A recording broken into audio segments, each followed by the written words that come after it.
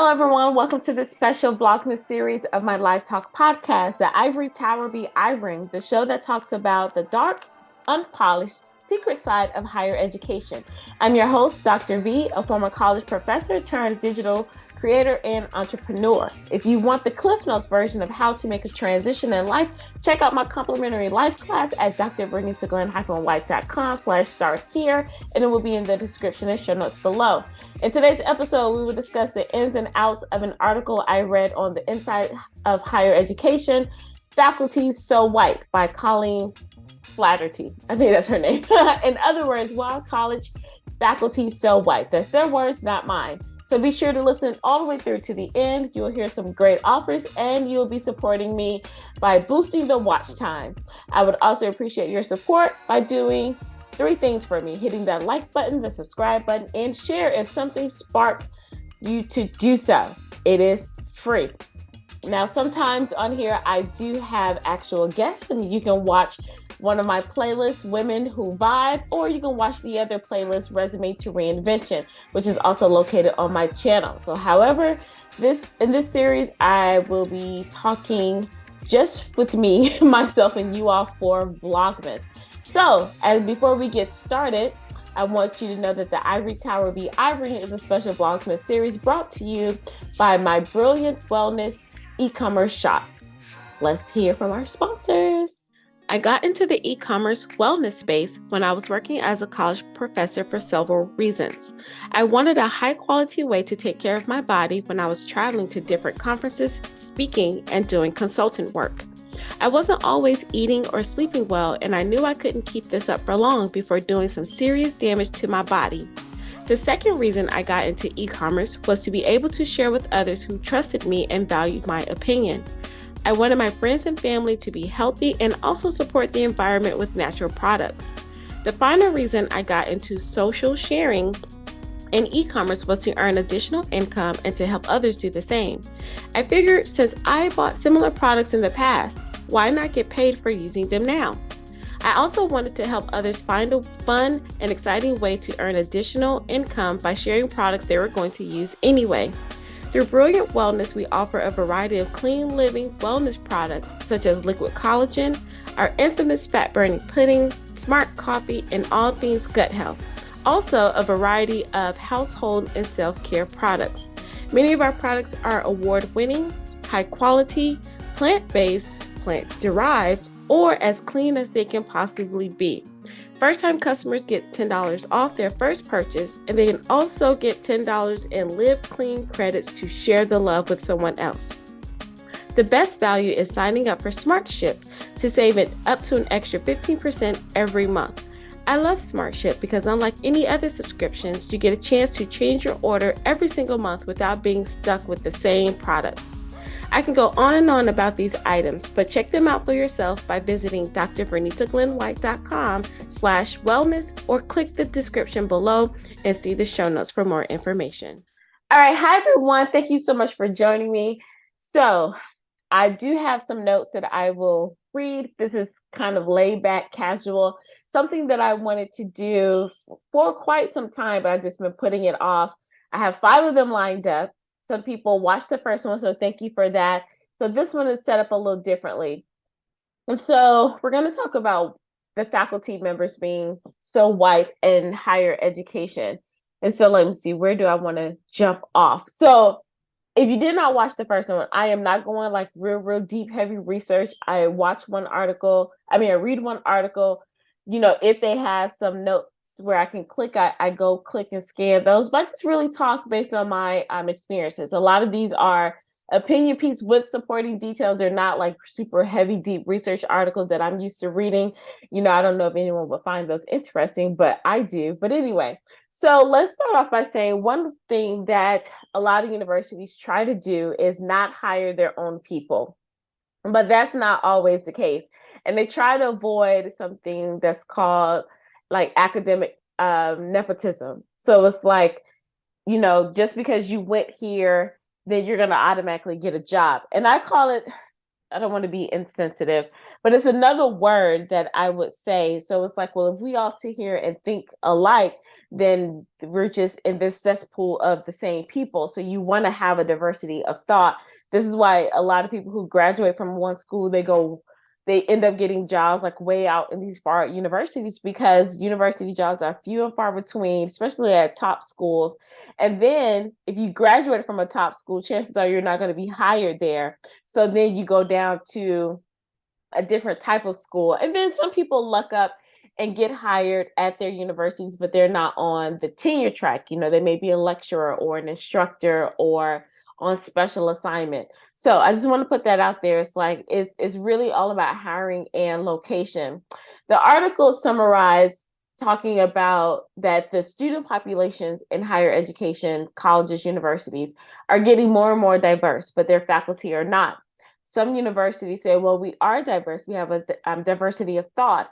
And that's cool, but that's one way to start, because I do think just because everyone may look alike, skin tone, it doesn't mean they have the same experiences. I remember when I was teaching in middle school. I was teaching middle school. I was teaching sixth grade, and my assistant principal at the time was like, "Hey, I want you to be able to talk to these young women. There's I think there was like their family like on hardship. They're on government assistance and saying like all these other things." And I was like, I can't relate to that. I'll talk to her because she's a Black female. I'm her teacher. It could be a role model. And I mean, I didn't say it like that because I was in my 20s back then. But it was like, okay, just because we look alike doesn't mean we have the same experiences. So even with people, an all white faculty or majority white faculty, it is possible that there's still some type of diversity there. But we're not going to kid ourselves. We're not going to let them off the hook with that, because I remember being on a hiring process, and we'll get to that a little further. I remember being on a hiring process, and they were like, oh, everyone was always talking about diversity. And this was like he was on the board of trustees, like an eccentric man, millionaire, didn't have any degrees and ended up being a millionaire. So he already had, I believe he already had a complex being in a room with a lot of doctors. But then at the same time, it was like, well, I make more money than you all. But then it's like, well, then you don't need to prove yourself. So I don't care what people say. It is something about having degrees. I'm not saying that everyone needs them, but if something does happen, anyway. That's not what we're talking about. Okay, so that was the point I wanted to make. So some people will argue, but this is diversity of thought, even if everyone appears to be European white. And we know that there are different shades of whiteness or different levels of whiteness. But at the same time, like, let's get real. Part of that is true, but the students who are coming, whether online or face to face, they all look different, So we're gonna just leave that right there. They also said that the reason why diversity is important because it helps students with empathy and problem solving skills. And I mean, and that's true in a way, because again, we go back to that diversity of thought. But then if you're only around people who think like you, yeah, you don't have those critical thinking skills unless you go into like some of the hard sciences, or if you just put your academic work. But sometimes just being at the university, it might just be a chill class, or it might just be time to be around people, or different events, because college is not all about being in the classroom. So it's like the events, the organizations, the clubs, the activities, and things like that, you do want a different group, and that's where the critical thinking and problem solving can also come in. So in the article, some people were talking about, well, why does it matter about this diversity conversation? Because colleges, enrollment and things are declining. People aren't seeing the need for colleges anymore. You can say that, and it may be declining, but I don't see institutions going down. I don't see them becoming obsolete anytime soon, especially not in my lifetime. I do not see them.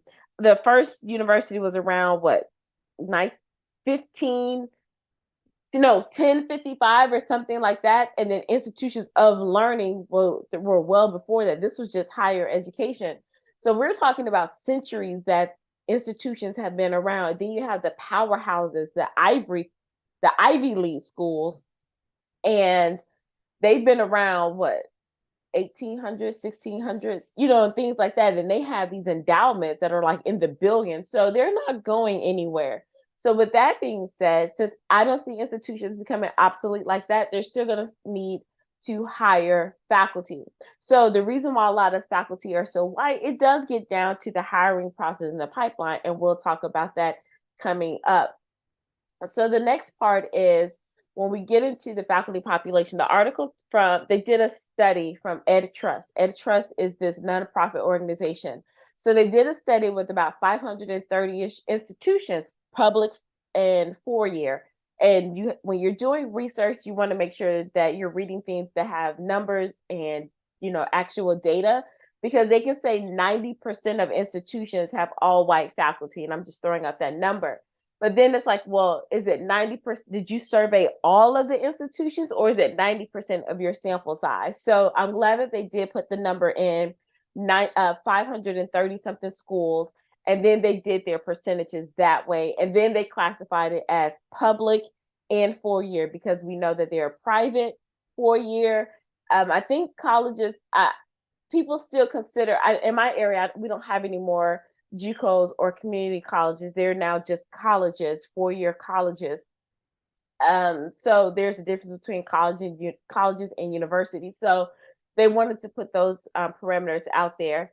So they did the study between 2016 and 2020. Oh, 543 schools to be exact, if you just wanted to know the numbers. So they were looking at these institutions, and they were looking at the percentage of diversity of the students and the percentage of diversity of the faculty. They highlighted Black faculty and Latinx faculty. And I want to say that that's the angle I'm going to take, because that's what the article said. But you can go down to the nitty gritty, and I think a lot of this is geographical as well. Not saying in this study, but let's say, for instance, and again, I didn't do any deep research. This is just from what I can remember. And when I was studying colleges and universities, attrition rates and things like that, like on the West Coast, there were a lot of Asian Pacific Island faculty members because of the demographics in that area. And then you had Silicon Valley, a lot of tech and medical. So it was a lot of Asian and Pacific Islander faculty. And then, so I just want to put that I'm not excluding anyone. Just this is what the study focused on, because we could say the same thing about our Native Americans, our indigenous people who were here, who had the land. A lot of them are teaching in universities, but they don't get highlighted as much. The percentage is still very small.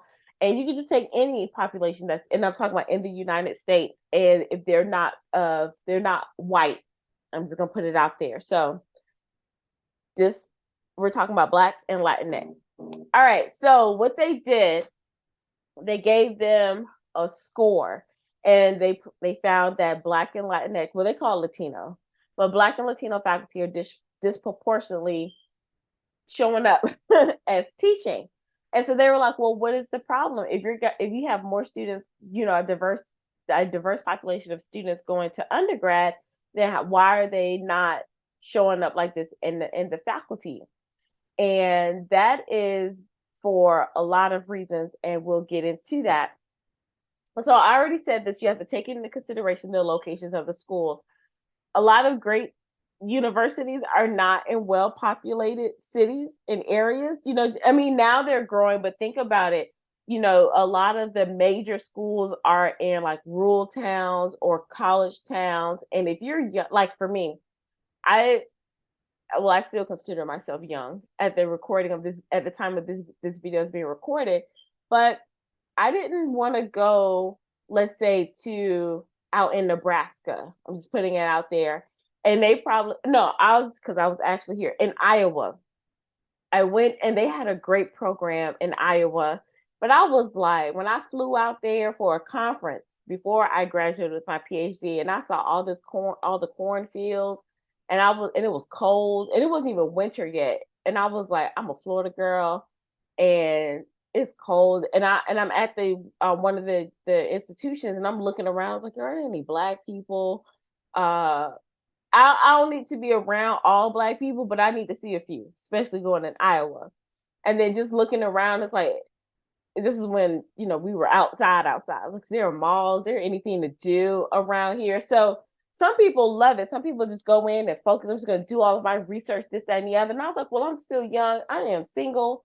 I am not trying to just be up in somebody's lab or just writing and doing research. I at least want to know a life is around me. Even if I may not participate fully, I still want to know that I have the option to go out. So a lot of times you got to think about that. Am I going to be safe?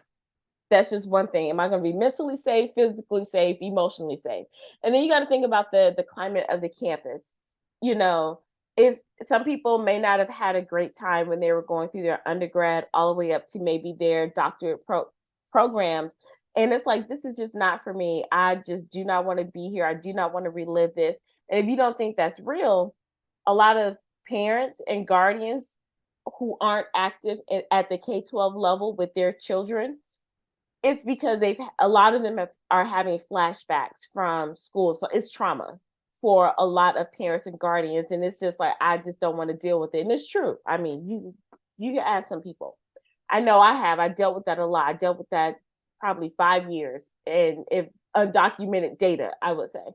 So I would imagine the same is true for higher education. And then what else do I have? So I had talked about the climate on and off campus. So it's one thing, let's say you do have an inclusive campus, but then it's like, well, am I going to be safe if I have to go to the grocery store? That's another thing. Or it could be vice versa. The area is fine, but it's like, well, what's happening on campus grounds? The climate of that.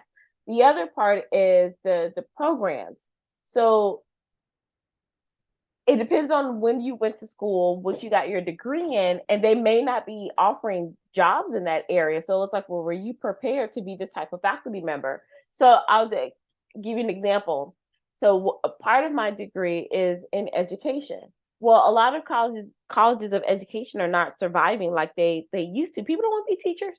People don't want to be teachers. People, and it's interesting, and I'm not going to go all the way into this segment, but the coaching space, they are teachers because people are building curriculum and courses and teaching people how to do things, yet the education profession has gone down. But anyway, however, well, people aren't wanting to do that. So the colleges they're merging with other colleges, in departments so they can hold on. And people are like they're backdooring, how to get into the system. They're getting their degrees in other areas, and then they're going to take, just a certification test without going through the training of becoming a teacher. So it's like if you just got your PhD in that or your EDD, a lot of people get their EDDs in that area, then it's like people aren't really hiring for that. And the people who are in those positions, they're holding on for dear life. Now, the other part of my degree is in mathematics. And then I also have a background in science, technology, and engineering. So technically, when I work it right, I can go get hired in different departments because I prepared my background for that. Well, a lot of people aren't doing that. When you get a PhD, you're laser focused. And I'm glad I had sort of a dual process. And I learned that from my graduate years, and then all the degrees in the middle. It's a variety of them. Now, I didn't know this at the time, but I'm glad I did. I would diversify my knowledge. So if I was going back to higher ed, I could maneuver and get in if I need to be. But everyone doesn't do that. So you got to think about the type of jobs and the programs that are out there. Now, the big one, I talked about this, I think, in my first video, but the power of tenure. A lot of Black and Latino faculty members are not making it through tenure, and we'll talk about that moving forward. So it's the power of tenure, and then money.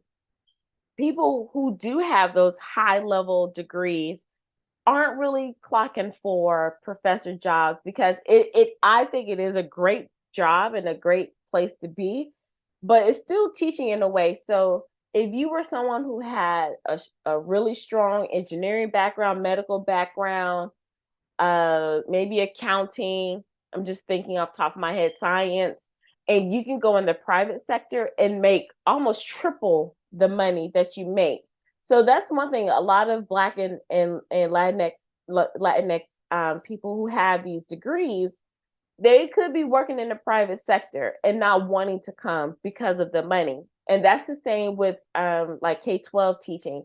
people with a STEM background or a specialized skill set. They're like, you want me to come to, you want me to come do what for what? So example, back in the day when I was in engineering and I graduated with my bachelor's degree, before I switched over, I went to go be a teacher, and I think at the time it was like 30 something thousand dollars, where I could have been hired at this engineering firm because of the president of the company went to my church at the time. I could have just came out at 21 making, I think, like 80 grand or something like that.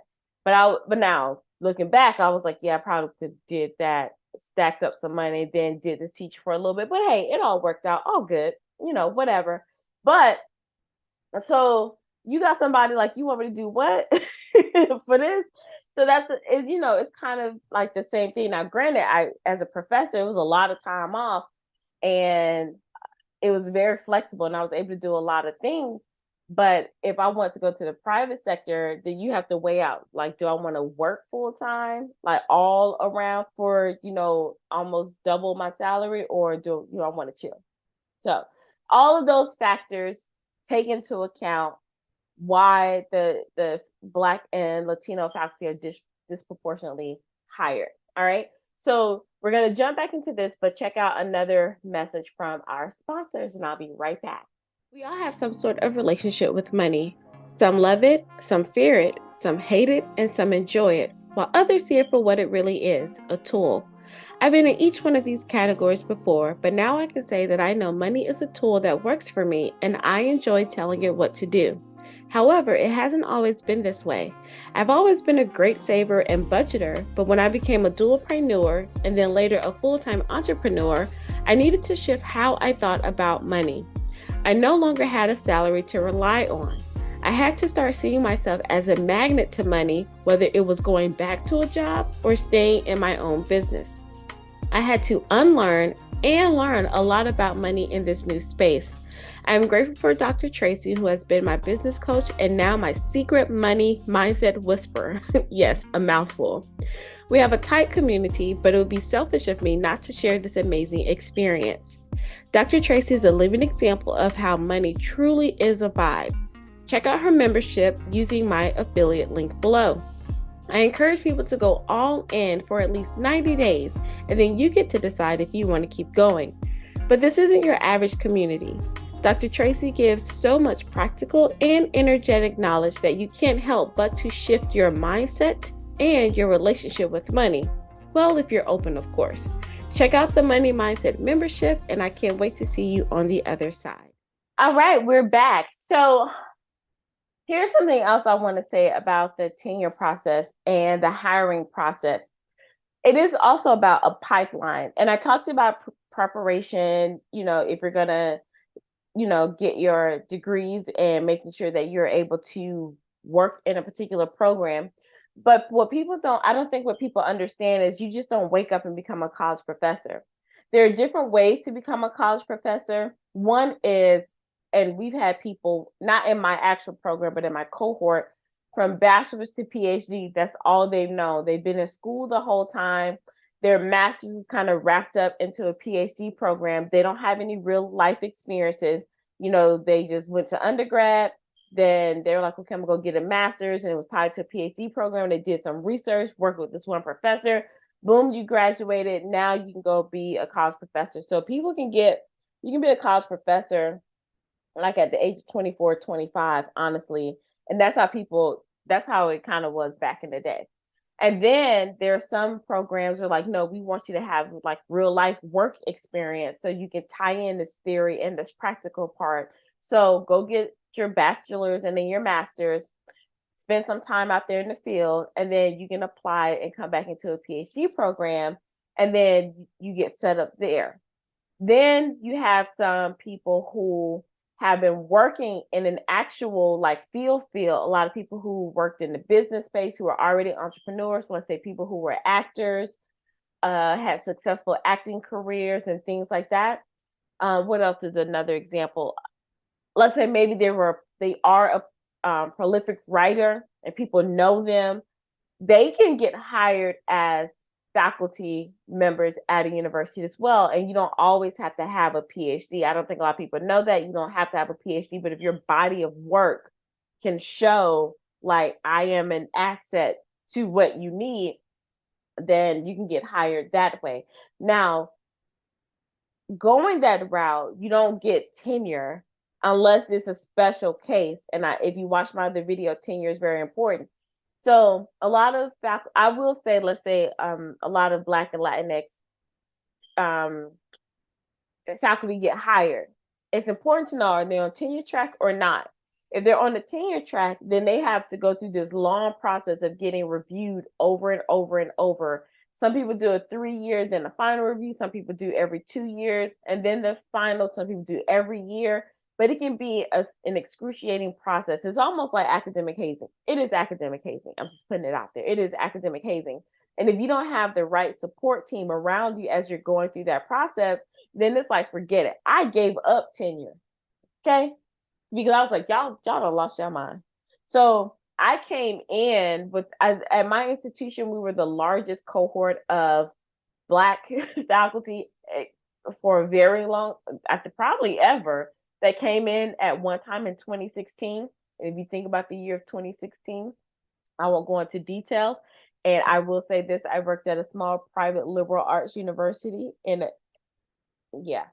So anyway, um, so we came in, and I want to say probably by my 4th year, only 2 of us were still there because the tenure process is ridiculous. I understand going through the process and doing your work and showing that your line of research, you're established, and all of that, but man, not the vibe. And so you got people that don't want to deal with that, so they're out.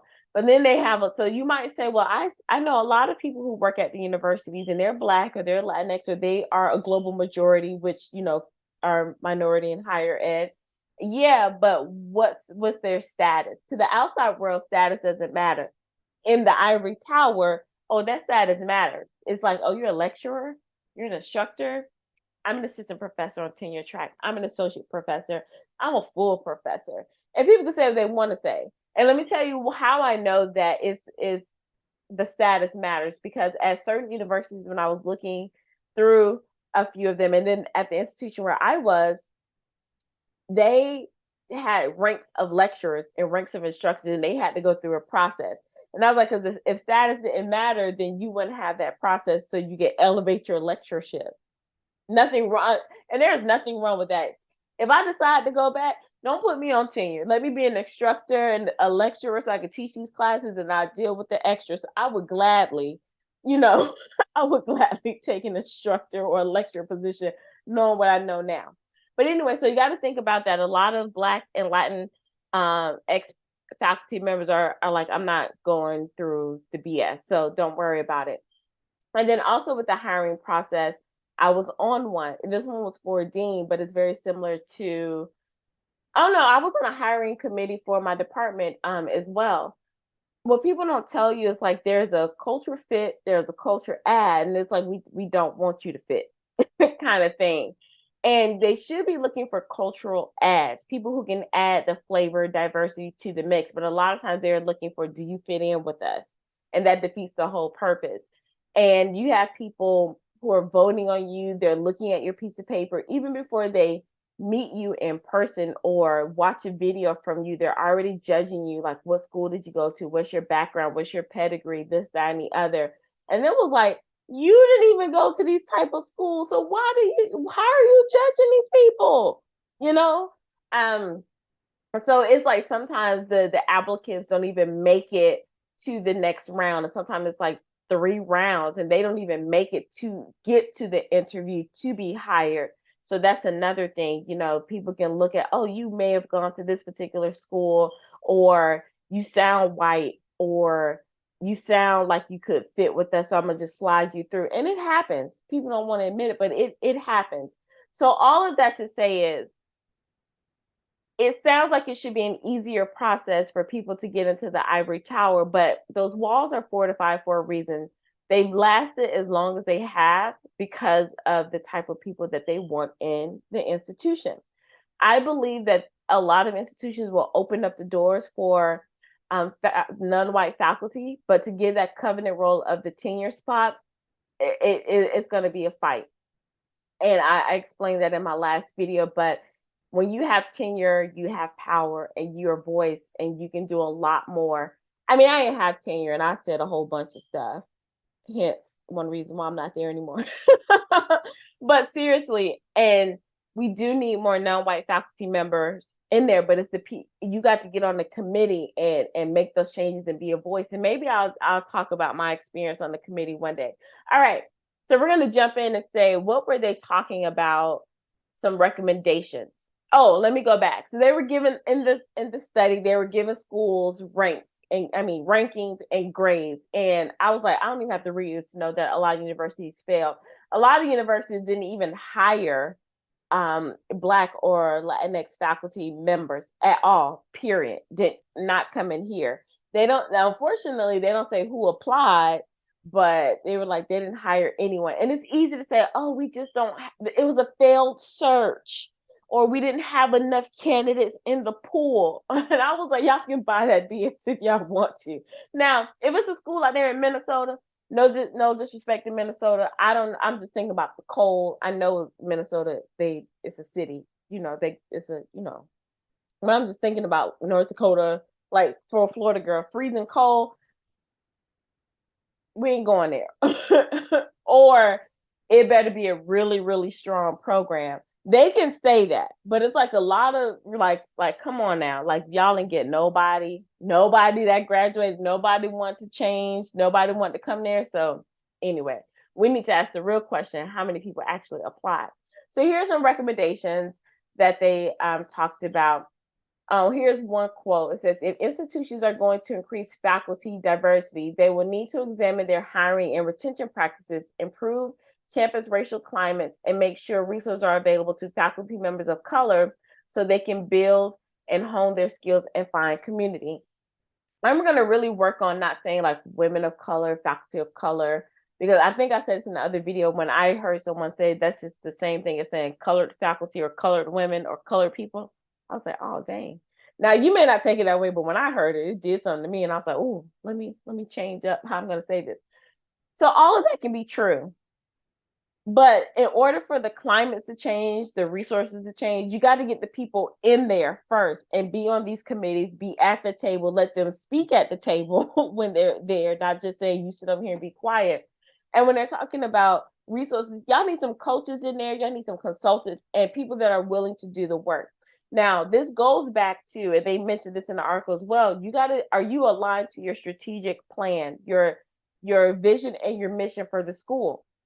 I did some consulting work at a university, and it was for diversity, equity, and inclusion. Now we have a B for belonging. Well, they have a B for belonging.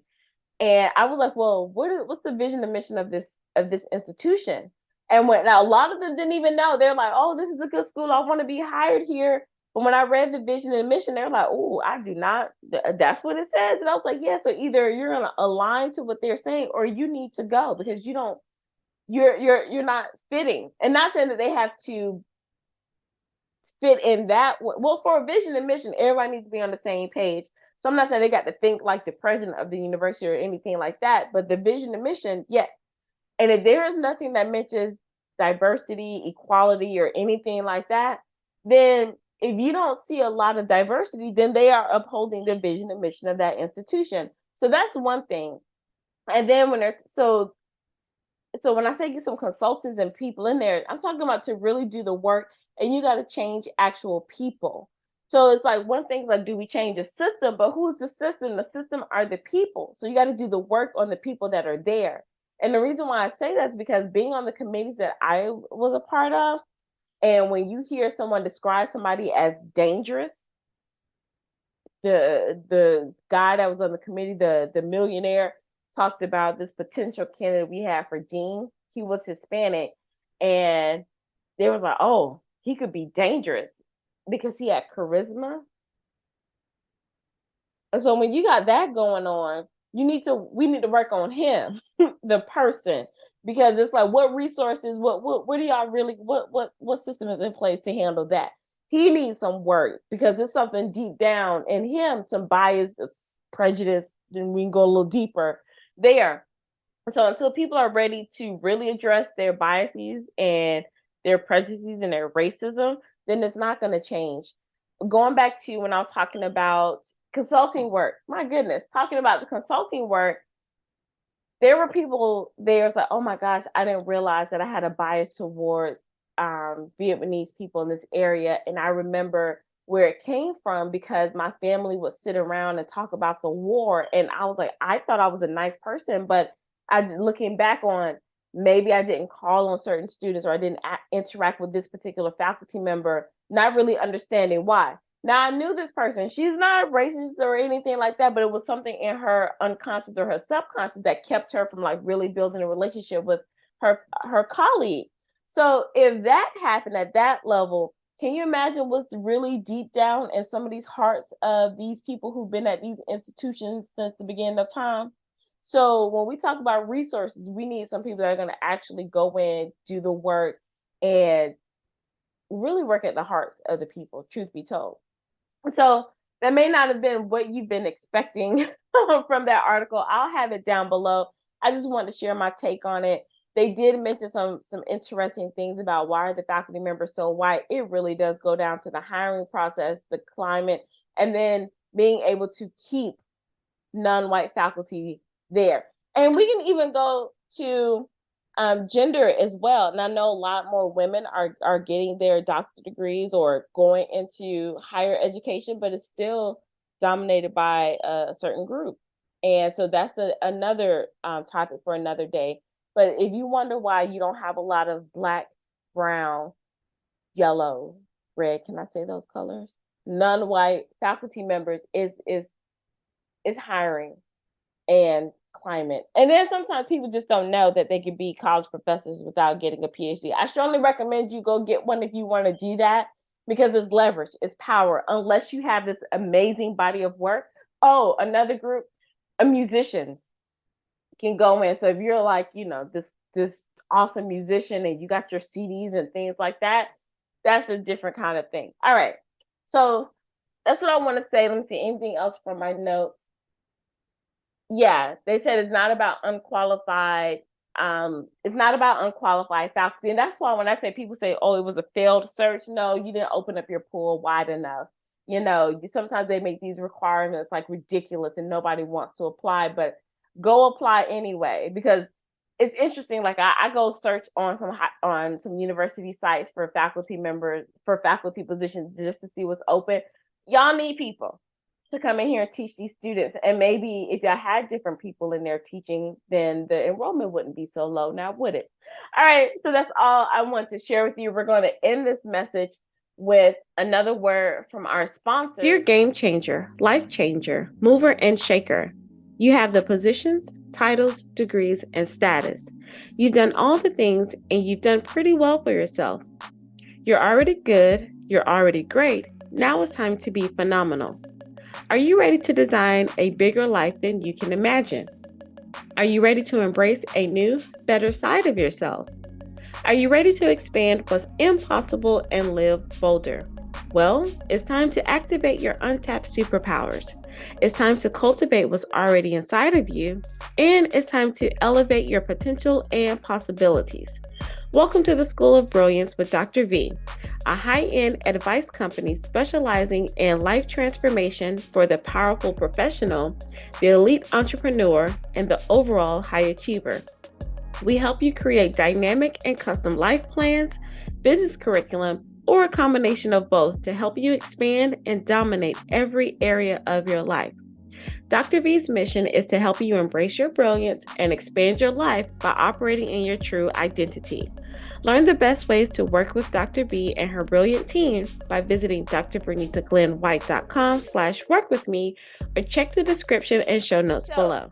Here's my closing thought, and I'm going to read it. All of this sounds amazing in theory, but based on my personal experience, research, observations, academia is one of the last institutions that want to hold on to white supremacy. It's one thing to have a diverse student body. People can fight for it, but it's another thing to have a diverse faculty because that's power. Argue if you want, but it's true. The roots run deep with power. You can say, not my school, but we're really talking about the big power players, the Ivy Leagues, the flagship institutions, the ones with the large endowments. Told you. If you are fortunate enough to have tenure and promotion, because those are two different things, by the way, in the ivory tower, you are of the global majority or non-traditional white. Congratulations and use your powers for good. It has been a pleasure having you to listen and learn with me on this journey. Let's continue this conversation down in the chat or in the comments below. I would love to hear from you. And as you continue your day or you're ending your night, remember to be well, be empowered, be bold, and be brilliant. Until next time, bye.